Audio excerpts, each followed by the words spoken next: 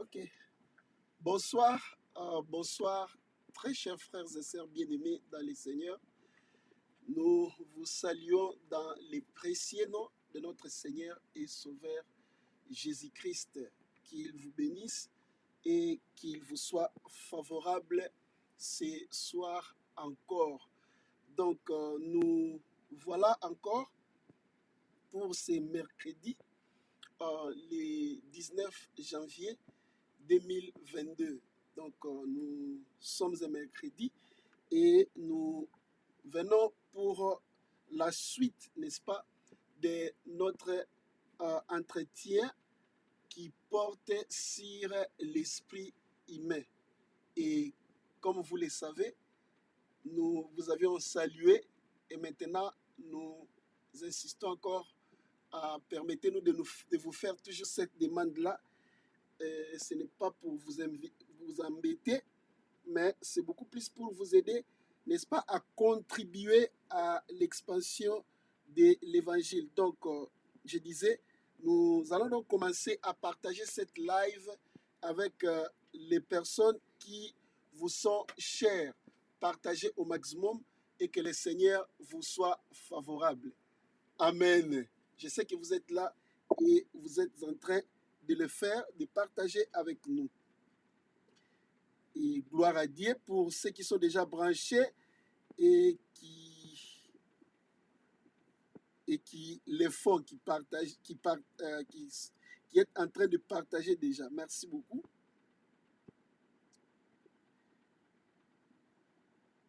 Gloire au Seigneur.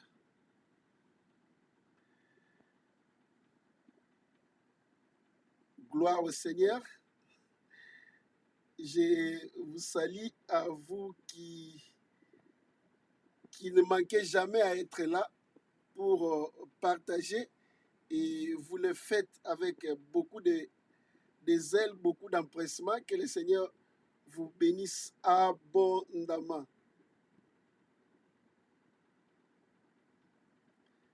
Merci, merci, merci.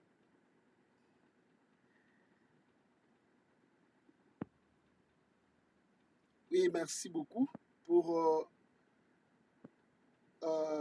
ce que vous faites. Merci pour le temps que vous prenez, n'est-ce pas, à partager cette live. C'est vraiment euh, quelque chose de très important que vous êtes en train de faire là, que le Seigneur se souvienne de vous.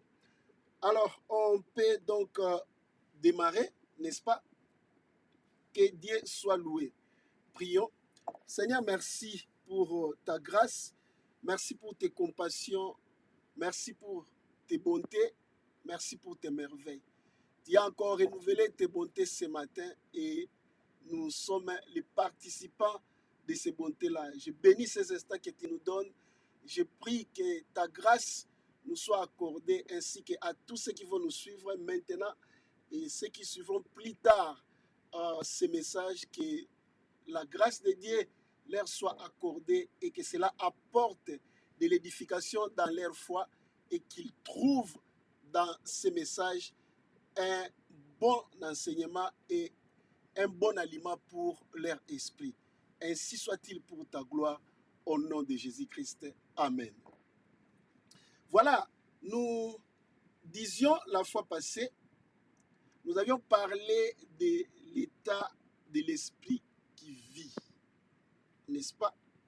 Et nous avions dit, lorsque nous recevons Jésus-Christ comme notre Seigneur et notre Sauveur personnel, notre esprit d'emblée reprend vie. Nous sommes vivants maintenant dans notre esprit. Et c'est très, très important. Quelle gloire, disais-je. Vous rejoignez maintenant les camps de ceux qui constituent ou qui forment l'ensemble des enfants de Dieu. Et parce que vous êtes nés de nouveau, nous avions dit que vous commencez maintenant à vivre. L'esprit est comme un corps. C'est comme le corps physique. Et j'avais employé cela en affirmatif, que l'esprit est votre second corps, mais un corps qui est immatériel. L'esprit a aussi des besoins. L'esprit, comme le corps physique, a aussi des besoins. Ne peut ressentir les besoins de son esprit que celui qui a son esprit en vie. Parce que quelque chose qui est mort ne ressent pas, ne manifeste pas de besoins.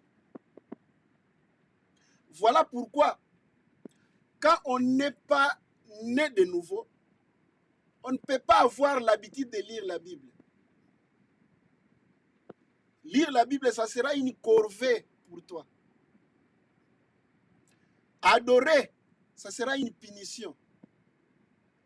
Prier deviendra quelque chose de nuisible. Aller à l'église, il faut qu'on te pousse. C'est ça l'état de quelqu'un qui a un esprit qui est mort. Mais celui qui est vivant va ressentir, n'est-ce pas, les besoins de son esprit. Comme on ressent les besoins de ce corps. Parce que l'esprit fait partie intégrante de ton être. L'être humain est esprit, âme et corps. Alors, quand ton esprit vit, reprend vie, comme j'avais dit, après avoir reçu le Seigneur Jésus-Christ, comme ton Seigneur est ton sauveur personnel, vous devrez maintenant commencer à prendre soin de votre esprit. Comment? La première des choses que l'esprit a besoin, c'est la nourriture. La nourriture. Et nous avions lu avec vous dans le livre de 2 Pierre, et plutôt 1 Pierre chapitre 2, verset 2, où l'apôtre Pierre est en train de dire: désirez comme des enfants nouveau-nés le lait maternel et pur. Relisons ça de nouveau. 1 Pierre chapitre 2 et le verset 2. La Bible dit ceci: désirez comme des enfants nouveau-nés le lait spirituel et pur, afin que par lui vous croissiez pour les salut. Et le lait spirituel, c'est la parole de Dieu. Nous avions expliqué ça, que l'esprit ne se nourrit que de ce qui sort de la bouche de Dieu, parce que l'esprit lui-même provient de la bouche de Dieu. Comme le corps physique ne se nourrit que de ce qui vient de la poussière, parce que lui-même le corps a été tiré de la poussière. L'esprit a des origines divines, vient des entrailles de Dieu. Voilà pourquoi l'esprit est très important. Voilà pourquoi l'esprit est plus important que le corps physique. Alors, cette entité ou cette partie de l'être humain qui est plus importante, cependant beaucoup de gens n'en prennent pas du tout soin. Écoutez bien aimé, tu as ce devoir-là d'entretenir ton esprit pour que ton esprit t'aide, pour que ton esprit commence à participer à ta vie. Tu veux comprendre le combat spirituel avec quel état d'esprit? Tu veux avancer dans les choses de Dieu avec quel état d'esprit?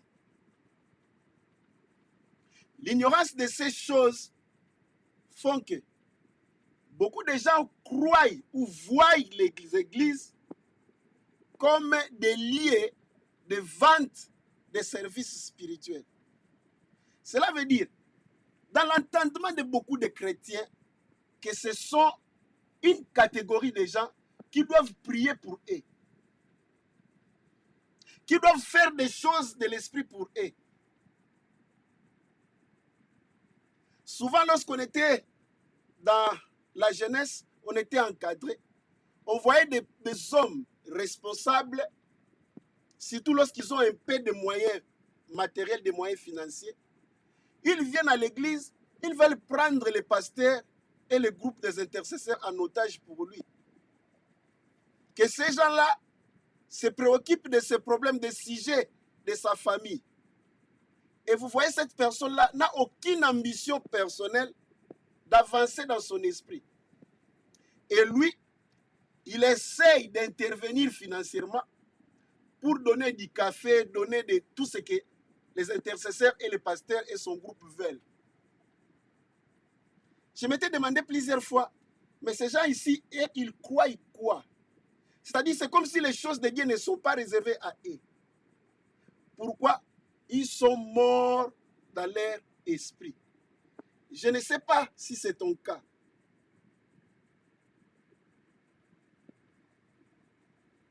Quel est l'état de ton esprit? J'avais dit la semaine passée, que lorsqu'on est de nouveau, on est encore un bébé, on est encore un enfant. Il y a une nourriture appropriée pour chaque âge. Et la Bible le reconnaît. Nous avions lu avec vous, l'apôtre Paul parlant aux chrétiens de Corinthe, aux Corinthiens, dans les premiers livres des Corinthiens, 1 Corinthiens, nous avions lu au chapitre 3, au verset 2. Écoute ce que l'apôtre dit, je relis encore aujourd'hui ces passages. L'apôtre Paul dit ceci, 1 Corinthiens chapitre 3, verset 2, il dit, je vous ai donné du lait, non de la nourriture solide, car vous ne pouviez pas la supporter. Il dit, et vous ne le pouvez pas même à présent, parce que vous êtes encore charnel. Ça, c'est une reproche que l'apôtre Paul faisait aux Corinthiens. Mais il voulait exprimer ici qu'il y a des profondeurs dans la parole de Dieu, des dimensions dans la vie de la foi qui ne sont accessibles que avec un certain âge ou bien une certaine maturité dans l'esprit. Curieusement, la question que j'avais posée la fois passée, avez-vous pris du lait dans votre vie chrétienne lorsque vous croissiez? C'est un scandale pour le moment.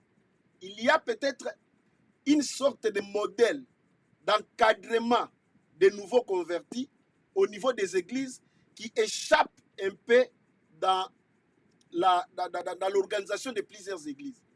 Les gens viennent, ils ont à peine accepté Jésus-Christ comme leur Seigneur et leur Sauveur, mais il n'y a pas une méthodologie pour les administrer la nourriture appropriée à leur âge spirituel. Ils participent dans le culte comme tous les adultes, comme tous ceux qui ont déjà mûri spirituellement. Et ces gens-là ont, ne vous en faites pas, des tares dans leur croissance spirituelle. Pourquoi? Parce qu'ils n'ont pas bu du lait. Ils n'ont pas bu du lait. Il y a une nourriture solide. Nous allons lire Hébreux chapitre 5, verset 14. Hébreux chapitre 5, verset 14. La Bible dit ceci. Mais la nourriture solide, prenons le verset 12. Vous, en effet, qui depuis longtemps devriez être des maîtres. Vous avez encore besoin qu'on vous enseigne les premiers rudiments. Soulignez les premiers rudiments des oracles de Dieu. Vous en êtes venu à avoir besoin de lait et non d'une nourriture solide. Tu vois un peu cette différence-là? Il y a les préliminaires, il y a les premières leçons, il y a les premiers enseignements qu'on offre à ceux qui viennent à peine de recevoir Jésus-Christ comme leur Seigneur et leur Sauveur. C'est très important pour eux. Mais ce n'est pas que ces gens-là doivent demeurer dans cet état-là. Lorsqu'on est sauvé, on doit maintenant commencer à croître. Comment? Ton esprit doit croître par la connaissance. Et la connaissance vient de quoi? La connaissance vient des différents enseignements, des différentes prédications, des différentes exhortations auxquelles tu es exposé. Et c'est ce qui fait la qualité de ta foi, parce que la foi vient de ce qu'on entend. Et ce qu'on entend vient de la parole de Dieu. Et la foi, c'est une qualité, c'est l'une des qualités de l'esprit. Ce n'est pas une faculté mentale ni psychologique. Ce n'est pas une capacité corporelle, non. La foi est dans notre esprit. Ce sont les facultés de l'esprit.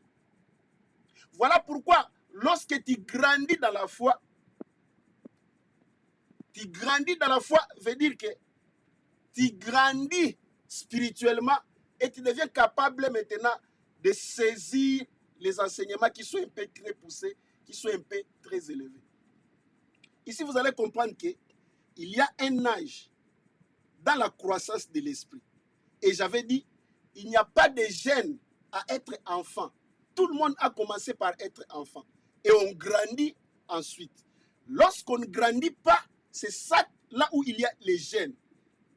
C'est là où il y a les défauts. C'est là que ça peut commencer à devenir anormal. Mais sinon, dans la foi chrétienne, vous avez, tout le monde a commencé par être un enfant. Et comme disent les Anglais, enjoy your childhood. N'est-ce pas? Jouis de ton enfance. C'est bien de jouir de ton enfance spirituelle. Mais ne demeurez pas un enfant dans l'esprit. La première des choses à commencer à goûter dans les choses de Dieu, c'est découvrir l'importance du salut. Découvrir ce qu'est le salut. Parce que le salut est le concept majeur de la parole de Dieu. Toute la Bible parle du salut. Et c'est un concept qu'on exploite moins aujourd'hui dans les enseignements qui populent, n'est-ce pas, l'espace digital, c'est-à-dire les réseaux sociaux. Voilà pourquoi nous allons commencer à aborder ce thème, croyant déjà que vous avez un esprit qui est vivant et vous connaissez maintenant l'importance de votre esprit. Nous allons maintenant commencer à vous entretenir de ce qui concerne les salis. Parce que les salis, c'est parmi les préliminaires de la foi chrétienne, c'est parmi les choses qui sont rudimentaires que tout chrétien doit, n'est-ce pas, avoir la maîtrise et la compréhension dans sa largeur et ses profondeurs. Que Dieu vous bénisse. On se revoit le mercredi prochain.